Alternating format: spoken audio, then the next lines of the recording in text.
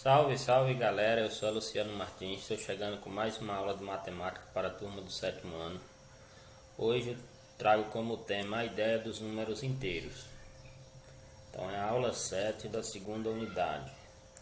Para iniciar, eu trago a definição, o conjunto dos números inteiros. Quem é os números inteiros? Pela definição, o conjunto é formado pelos números inteiros positivos, pelos números inteiros negativos e pelo zero. Então, toda vez que você tiver um número positivo, um número negativo e o zero, ele pode ser tratado no conjunto dos números inteiros. A gente, em aulas passadas, tínhamos estudado o conjunto dos números naturais, que é o conjunto que trabalha apenas com os números positivos. Então, eu mostro para vocês aqui que o conjunto dos números inteiros ele é representado pela letra Z, como aparece em destaque aqui. E eu tenho essa representação aqui dos inteiros. Então, para confirmar o que eu falei antes, agora eu posso mostrar vocês aqui, ó. Então, o conjunto dos números inteiros é formado por quem? Pelos números positivos. Então, quem são os números positivos nessa representação que eu coloquei para vocês aqui? O 1, 2, 3, 4, 5 e reticência porque são infinitos. É representado também por números negativos, como menciona o conceito. Olha os números negativos aqui, ó. Menos 1, menos 2, menos 3, menos 4, menos 5. E reticência porque também são infinitos. E pelo zero, é importante mencionar que o zero ele não é considerado nem positivo e nem negativo. Ele é apenas um número neutro. Certo, pessoal? Então nós temos aqui a definição dos números inteiros, que é formado pelos inteiros positivos, inteiros negativos e pelo zero. Então nós vamos passar e ver alguns exemplos de onde utilizamos os números inteiros. Então, o meu primeiro questionamento aqui, onde você utiliza números inteiros no seu dia a dia? Então, são muitas as situações em que utilizamos os números inteiros. Vamos ver algumas delas. Na indicação de temperatura, vocês podem ver que eu tenho aqui um termômetro e com duas indicações de temperatura. Na primeira aqui, o ponto A do termômetro está distante a 10 graduações do ponto de origem. Que quem é o ponto de origem aqui? O ponto de origem do termômetro, como vocês já conhecem, é quem? O zero. Então vocês podem destacar aqui, ó, que no termômetro eu tenho zero, que é a minha origem, e está mostrando aqui que ele está o que? 10 graus acima de zero, ou seja, 10 graus Celsius. Nessa ilustração 2 aqui, o ponto B do termômetro está distante a 10 graduações do ponto da origem, só que para onde? Para baixo, né? Então ele está o que? Negativo.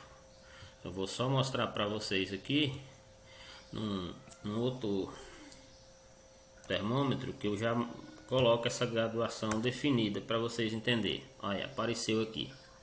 Então, a temperatura de 10 graus acima de zero é indicada por mais 10.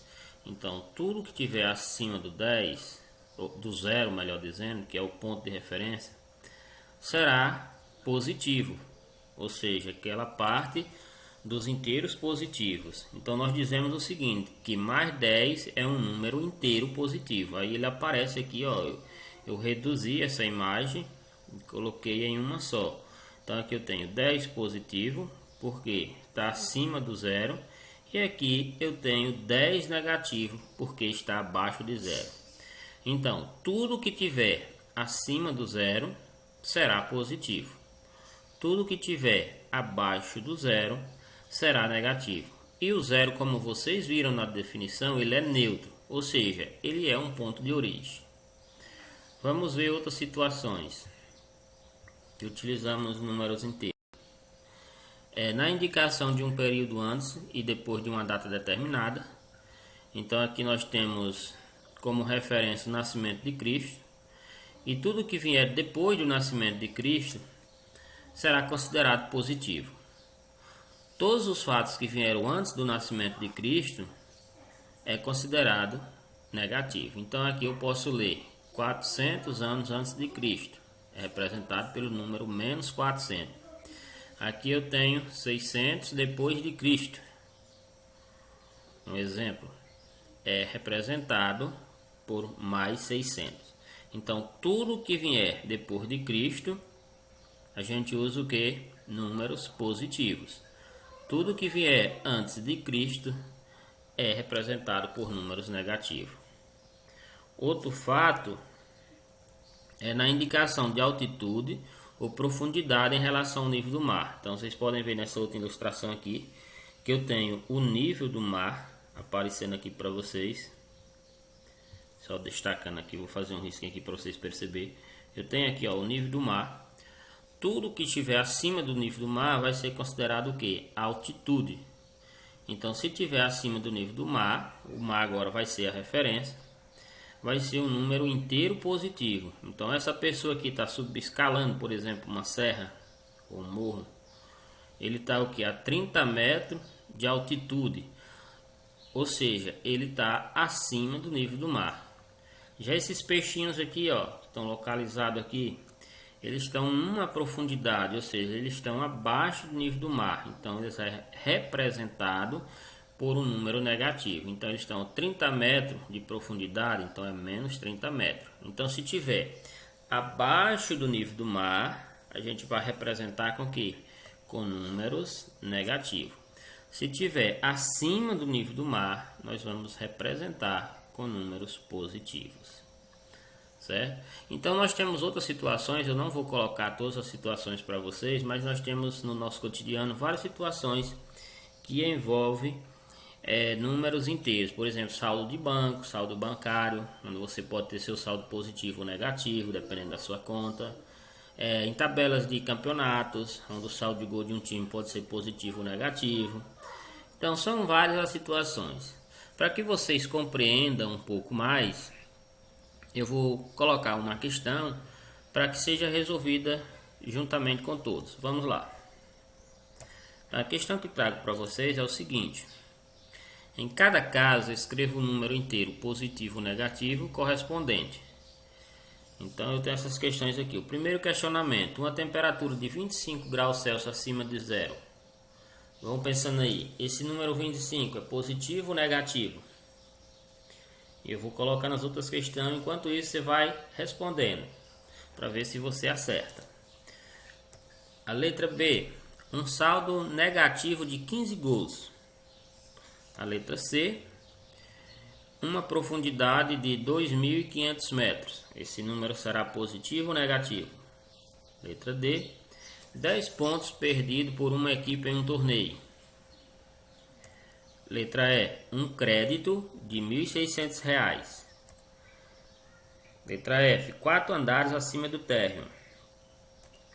Letra G, uma temperatura de 5 graus Celsius abaixo de zero.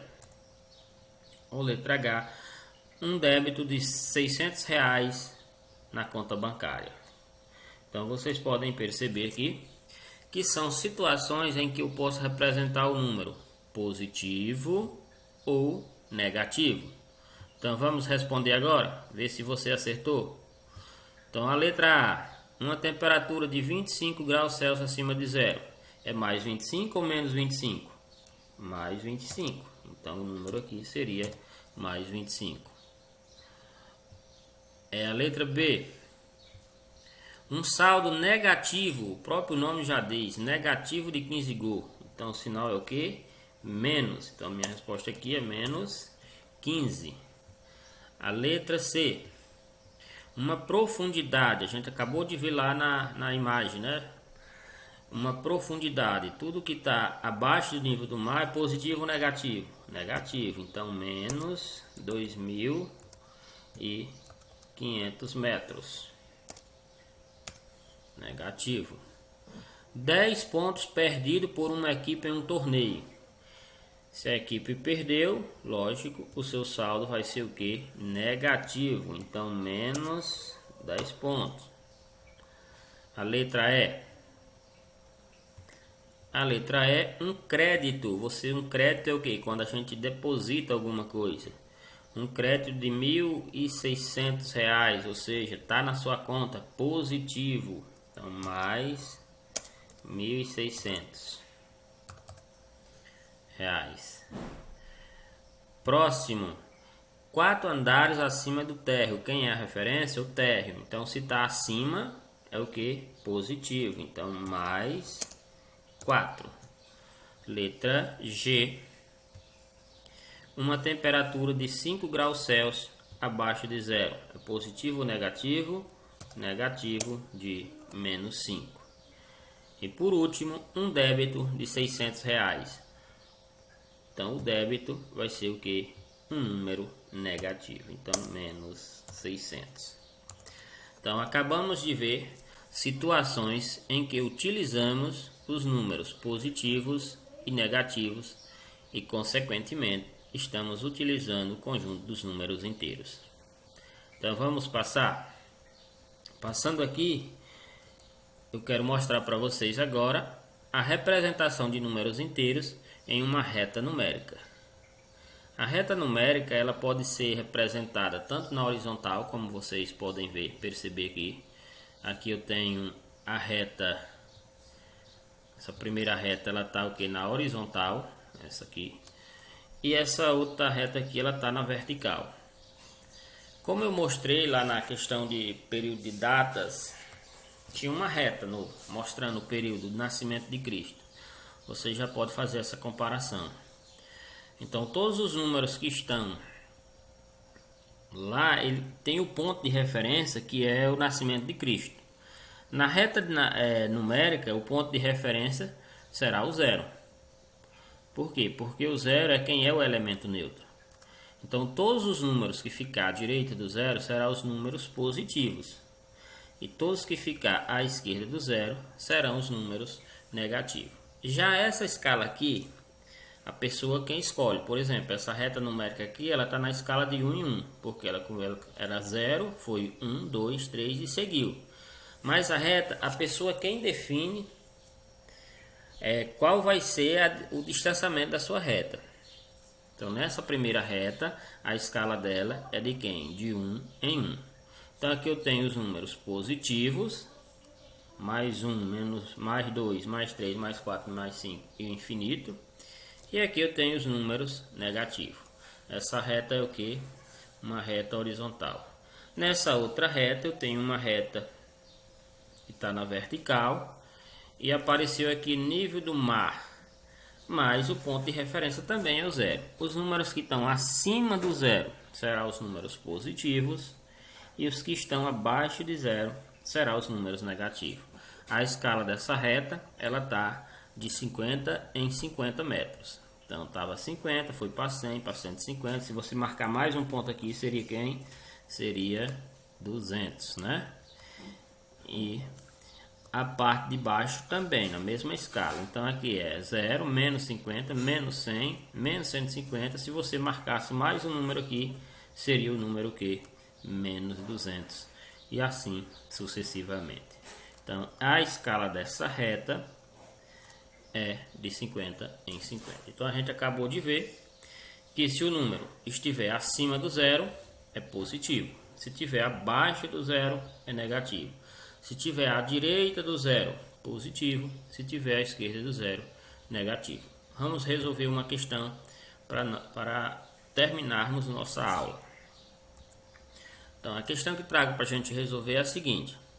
Suponha que uma figura seguinte representa uma rodovia, ligando várias cidades de um mesmo estado e cada intervalo seja uma unidade para medir distância. Então você tem aqui como origem a capital, né? Ponto 0. Aí ele diz aqui, usando o número inteiro e considerando sempre a capital como referencial, dê a posição. Então a posição da cidade A. Então a posição da cidade A, com referência à capital, é só você ver. A cidade A está localizada aqui. Então só marcando para vocês. Cidade A. Quem é o número que está representando? O número mais 4. Então você vem, representa aqui mais 4. A cidade B. Da cidade B vai ser o que? Um número negativo. Então a cidade B, ó, ela está à esquerda do meu referencial. Então ela está no menos 2. A cidade C, qual é a representação da cidade C? A cidade C, ela está no mais 6. E a cidade D? A cidade D está no mais 9. E a cidade E a cidade está no menos 5. Então a gente acabou de ver a representação obedecendo a reta numérica. Então era isso, pessoal. Se eu tivesse colocado essa distância em quilômetro, eu poderia dizer, se eu, por exemplo, tivesse essa escala mudada, aqui ela está de 1 em 1, mas se eu tivesse dito que cada centímetro aqui representava 100 km, então qual seria a distância da capital para a cidade A? Seria 400 km, e assim sucessivamente. Então eu espero ter ajudado, fiquem todos com Deus e até uma próxima aula.